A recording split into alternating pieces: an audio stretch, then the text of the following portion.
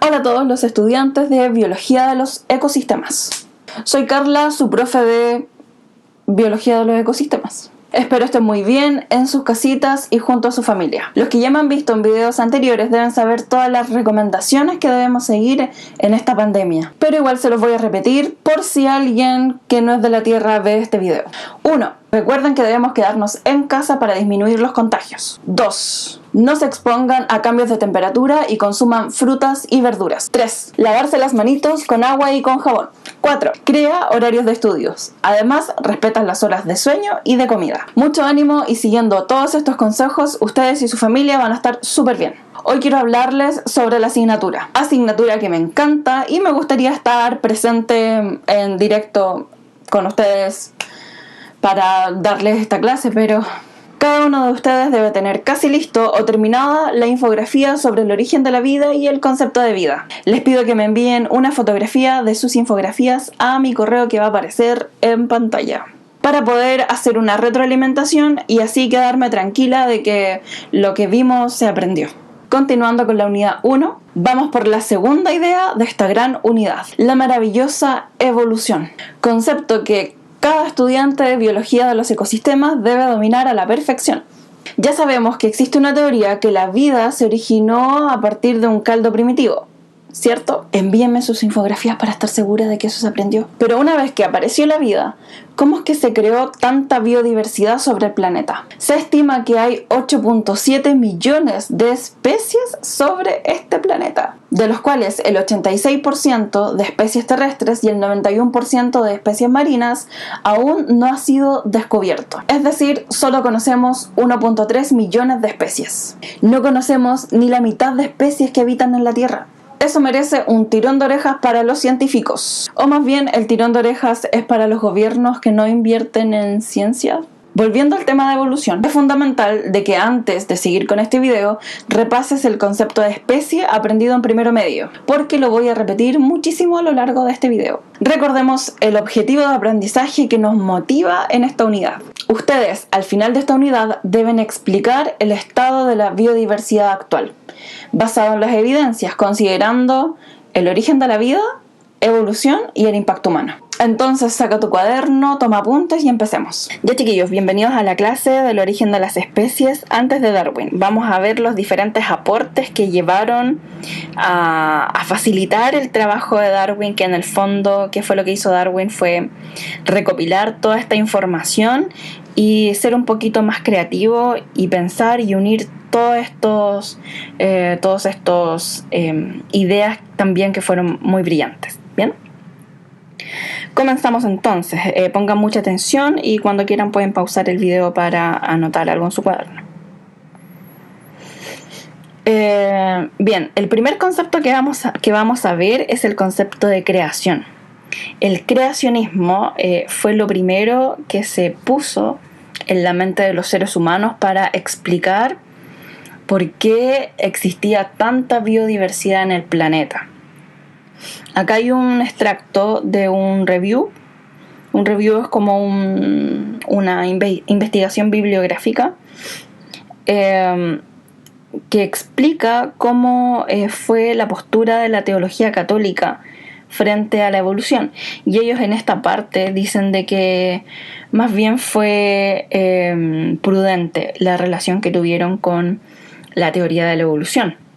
Ahora lo vamos a ver en la siguiente clase. Darwin tuvo muchos problemas a nivel personal, incluso físicos, que hacían de que publicar su teoría fuera muy difícil para él, porque era todo una controversia que giraba en torno a que el hombre no era lo más importante y que nosotros podemos ser como cualquier otra especie. Esa idea en esa época fue muy difícil de aceptar. Incluso se burlaban mucho de él y de todos los que apoyaban esta teoría de Darwin. Ya lo vamos a ver más adelante. ¿Qué aportó la creación? En el fondo, la creación, la forma en que los seres humanos tuvimos, la primera forma en que tuvimos para tratar de explicar el mundo que nos rodea. Ya 480 años antes de Cristo, se pensaba que los seres vivos se creaban a partir de materia inerte. Principalmente estos dos pensaban de que era a partir de agua. El agua lo explicaban como una fuente de vida e incluso como la vida misma. ¿Por qué? Porque ellos visualizaban cómo el agua podía fluir desde un río, desde la cordillera, etcétera, etcétera. Y ellos pensaban de que, bueno, si el agua tiene movimiento a diferencia de la tierra y nosotros nos movemos, entonces el agua tiene vida. Eso es lo que pensaban ellos. También hubo otro filósofo que pensaba que no era así, que era más bien de la tierra, porque él veía formar la vida, las semillas, todo desde la tierra. Entonces él pensaba de que a partir de la tierra y no del agua era que venía la vida, pero se fijan que todo a partir de materia inerte. Lo mismo con Aristóteles, que ya lo vamos a ver más adelante. Dos grandes filósofos, Platón y Aristóteles. Esta es una pintura famosa que no me acuerdo el nombre, pero se representa a este personaje con un dedo hacia arriba, mientras que a otro personaje, fíjense que está con la mano más bien en la tierra. Él es Platón. Platón, ¿cierto? El idealista. De ahí viene el amor platónico, como el amor que casi no es de este mundo, porque Platón veía la realidad como una doble realidad. Es decir, para él todo lo que nosotros vemos en este mundo era una simple ilusión y que la verdadera realidad estaba en otro lugar. Espero que la tía Romina no escuche este video porque ella es la profe de filosofía. Bueno, ahí ella ojalá que apunte en los comentarios y me corrija si es que digo alguna barbaridad. Pero en su contraparte está Aristóteles. Y Aristóteles tenía un pensamiento más como terrenal, más de, bueno, esta es la realidad. Incluso él lo veía un poquito absurdo que existieran dos realidades, dos mundos, no realidad, dos como dimensiones, una cosa así. Pero ¿saben qué, chiquillos? Pese a lo que pensaban ellos o no, lo más importante de los griegos que hay que destacar es que pensaban, que algo pasaba en sus cabecitas y que podían pensar y cuestionarse las cosas, es decir, comenzar a comprender todo lo que los rodeaba de una forma más racional. Ocurrieron muchos avances, mucho avance en las matemáticas, muchos avances en las ciencias sociales con este tipo de filósofos, algo que le debemos mucho. En el aspecto de biología, Platón, sin embargo, pensó algo súper importante. Platón pensó de que la función tiene relación con la forma de los seres vivos. Por ejemplo, los dientes. Los dientes deben ser afilados y de esa forma pueden cortar. Entonces, la forma de los dientes es ser afilados, porque la función es cortar. Entonces, todo lo que corta en la naturaleza tiene que ser afilado. Los dientes de cualquier cosa. Eso es lo que observó Platón y así se pensó hasta el siglo XVIII. De hecho, hasta la actualidad, porque, por ejemplo, la forma de una célula digestiva debe ser un poco alargada y debe abarcar mucho espacio, mucho espacio para poder absorber nutrientes y los demás alimentos. Está relacionada directamente la forma con la función. Aristóteles, en cambio, ideó esta gran cadena de la existencia. Básicamente me voy a saltar eso para hacer más cortita esta clase, pero en realidad dice lo mismo. Él colocó todos los organismos vivientes en una especie de escala. Todo lo que fue creado por el hombre primero en el último escalón, lo menos digno, lo menos perfecto. Luego viene la perfección, un poquito más de perfección, que donde están los minerales, algunos hongos. Posterior a eso, él colocó las plantas. que eran un poquito más perfectas que todo lo que estaba abajo. Luego colocó a los animales. Luego ya a los cordados, que son cosas más perfectas, más complejas que todo lo anterior. Y posicionó al hombre en la cima de esta escalera. ¿Beneficioso o no? No lo sé. Ahí saquemos nuestras conclusiones. Aristóteles también dio otra idea antes de Cristo, es que los seres vivos, todos los seres vivos, se originan de otros seres vivos, pero similares, y de la materia inanimada. Esto fue súper clever lo que dijo Aristóteles en esta parte, porque ya después, muchos años después, ya el primer evolucionista también dice algo parecido. Pero de la materia inanimada ahí como que se fue para abajo, ¿cierto? Aristóteles decía de que existía un principio pasivo, que era la materia, y un principio activo, que es como no sé si el alma, sino que era algo que movía al ser vivo, algo que hacía que funcionara en sí mismo, y es lo que le llamó entelequia. En la Edad Media seguimos avanzando en el tiempo. ¿Qué ocurrió? Nada. Aquí en realidad fue una época estacionaria para la ciencia. De hecho, fue un retroceso para la ciencia, porque las creencias se impusieron de una forma muy drástica, y también perjudicó el avance tecnológico en épocas posteriores. Entonces aquí no pudimos avanzar mucho y no pensamos tanto. Ya para la Ilustración volvemos a tener este concepto de cuestionarse cosas, de pensar, de hacer un poquito más el método científico, y aparecieron grandes pensadores.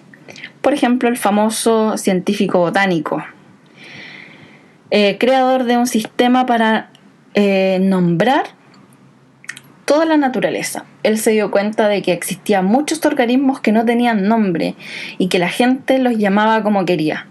Entonces él clasificó a esta naturaleza y les llamó a cada especie de acuerdo a dos nombres. Primero estaba el género y luego el nombre de especie. Recuerden repasar el concepto de especie. ¿Qué es una especie? ¿Ya? El género, por ejemplo, Pinus. Dentro del género Pinus hay muchas especies, distintos tipos de especies que optan por el género Pinus. No sé, pues Pinus radiata, etcétera, etcétera. Y el segundo nombre, es el nombre de la especie propiamente tal. Muchas veces cuando no sabemos el nombre de la especie, nosotros, voy a anotar aquí arribita, nosotros colocamos Pinus sp, que significa especie, no sé qué especie, pero es una especie. Importante, de aquí en adelante, bueno, yo creo que ya lo saben, pero importante es que el nombre del género se escribe con mayúscula y el nombre de la especie siempre con minúscula. Nada de colocar dos mayúsculas para nombrarme una especie de aquí en adelante, ¿eh? Bien, un poquito de spoiler ahí en la siguiente diapo. ¿Qué pasaba luego?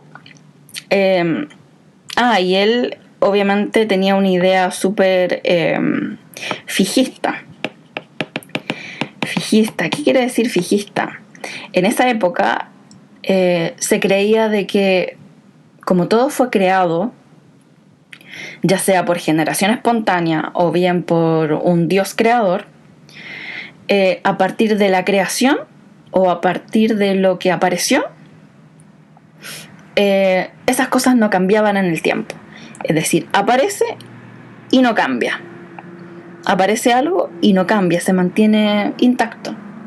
Sin embargo, en esa época comenzaron a aparecer fósiles que eran completamente distintos a los animales que hoy existen o a las plantas que hoy existen. Entonces las personas comenzaron a preguntarse: chuta, entonces, ¿qué pasó con esas especies? ¿Acaso cambiamos? ¿Acaso antes éramos así y ahora no? Y apareció George Cuvier, un paleontólogo que primero decía que la generación espontánea, estas cosas que aparecían a partir de la materia inanimada, no le gustaba, no era lo correcto. Él era un creacionista puro. Tampoco que las cosas evolucionaban, es decir, era un fijista de tomo y lomo.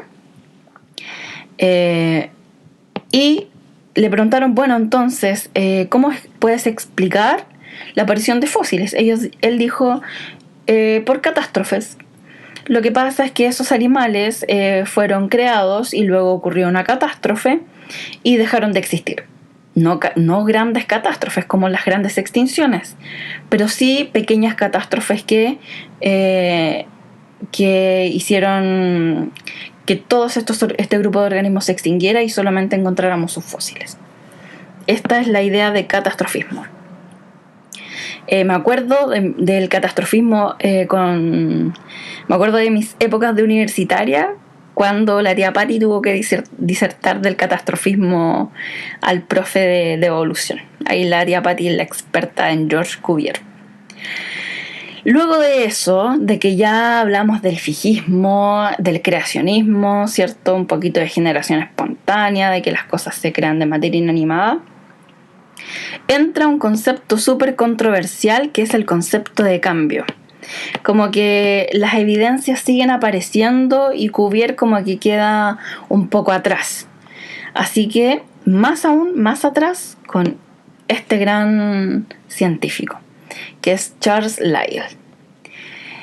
Él descubrió ya cerca del 1800 que ocurría un cambio lento en el tiempo. Él incorporó esta palabra de cambio en el tiempo, pero no en los seres vivos, ojo, en el sedimento, porque él estudiaba los sedimentos. Entonces aquí voy a dibujar una roca sedimentaria y me cuesta hacer esta clase para una pantalla, porque en esta clase me gusta conversar harto, ya que da como para conversar. Pero bueno, Lyell descubrió de que, por ejemplo, en este sedimento, en esta parte, no en esta parte, sino que en toda esta parte, él descubrió, no sé, pues que había glaciares. Acá descubrió que había muchas cenizas, entonces eso daba cuenta de que quizás existió un incendio. Acá se dio cuenta de que había mucho sedimento oceánico, entonces pudo haber alguna especie de inundación, no lo sé. Entonces él se dio cuenta de que las cosas no eran fijas, que la Tierra cambiaba. Entonces, a partir de esa idea, los demás científicos se tomaron. Entonces, si la Tierra cambia, es posible de que los organismos también cambien y que no sean algo fijo. Ahí es cuando entra Lamarck, el primer evolucionista. Él ya se da cuenta de este cambio y él opta por explicar la diversidad de especies como un cambio, ya no con ideas fijistas. Él propone dos grandes ideas, y aquí están resumidas, que el uso y el desuso de los órganos y la herencia de los caracteres adquiridos. Él mencionaba, aquí están los principales principios de Lamarck. Primero, él decía que el medio ambiente es cambiante. Eso era claro y ya se descubrió antes. Y los seres vivos, ojo, se adaptan a estos cambios. También él dijo de que hay órganos que se usan más que otros, uso y desuso. Los más utilizados se desarrollan y los que no se usan se atrofian y con el tiempo desaparecen. Los caracteres adquiridos y perdidos por los seres vivos a lo largo de su vida son transmitidos a sus descendencias. Es decir, que si yo tengo un órgano y lo uso, es posible de que ese uso se transmita hacia la otra generación. Por el contrario, si yo tengo un órgano que no uso para nada, y mi descendencia tampoco lo va a tener. Eso es lo que decía Lamarck. Y les cuento de que es la idea sobre la evolución que perdura principalmente en las cabecitas de todos los estudiantes, pero no es la última. De hecho, si le preguntamos, estoy segura, si le preguntamos a un niño, no sé, de básica, que todavía no ve el concepto de evolución y que piensa en todas las imágenes que muestran en internet sobre la evolución de los monos, etc., estoy segura que el niño está completamente de acuerdo con estas ideas, o incluso ustedes. Aquí están las famosas jirafas. ¿Qué ocurría con las jirafas y Lamarck? Esto es materia de primero medio y quiero que me respondan en comentarios qué pasaba con las jirafas de Lamarck, cómo explicaba este cambio gradual con las jirafas y con la altura del cuello. Algo tiene que ver eso. Bien, entramos en el concepto de evolución. Esto es tarea, lo voy a revisar los comentarios de ustedes. ¿Qué es evolución? Entonces, viene del latín desplegar o revelar algo que estaba oculto. Y aquí entra el concepto de cambio, ¿cierto? Aquí ya no es fijo, ya no son fijos las cosas. Dice que es un cambio en las propiedades de los grupos de organismos en el curso de las generaciones. Buena pregunta. ¿Quiénes son los que evolucionan? ¿Es un organismo, como un Pokémon? ¿2? ¿3 organismos? ¿Quiénes son los que evolucionan? Aquí yo les voy a dar la respuesta porque es importante dar la respuesta rápido aquí. Los que evolucionan son una población completa. No son los individuos, no es como un Pokémon. Aquí todos evolucionan. Para evolucionar necesitamos de otros individuos iguales que nosotros, necesitamos de una población.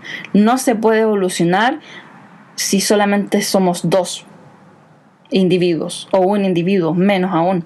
No se puede evolucionar, es necesaria la población. Lo vamos a ver más adelante. Entonces, resumen de la clase. Como conclusión, los científicos decían de que nosotros venimos de especies primitivas y a través de procesos, de cambios a través del tiempo, llegamos a ser las especies actuales. Es decir, todas las especies descienden de otras especies. Y hasta aquí es lo que se pudo recolectar de todas las evidencias e información antes de Darwin. Hasta aquí llegamos con la clase de hoy, chiquillos. Espero que les haya quedado claro y me anotan todas sus dudas en comentarios, por favor.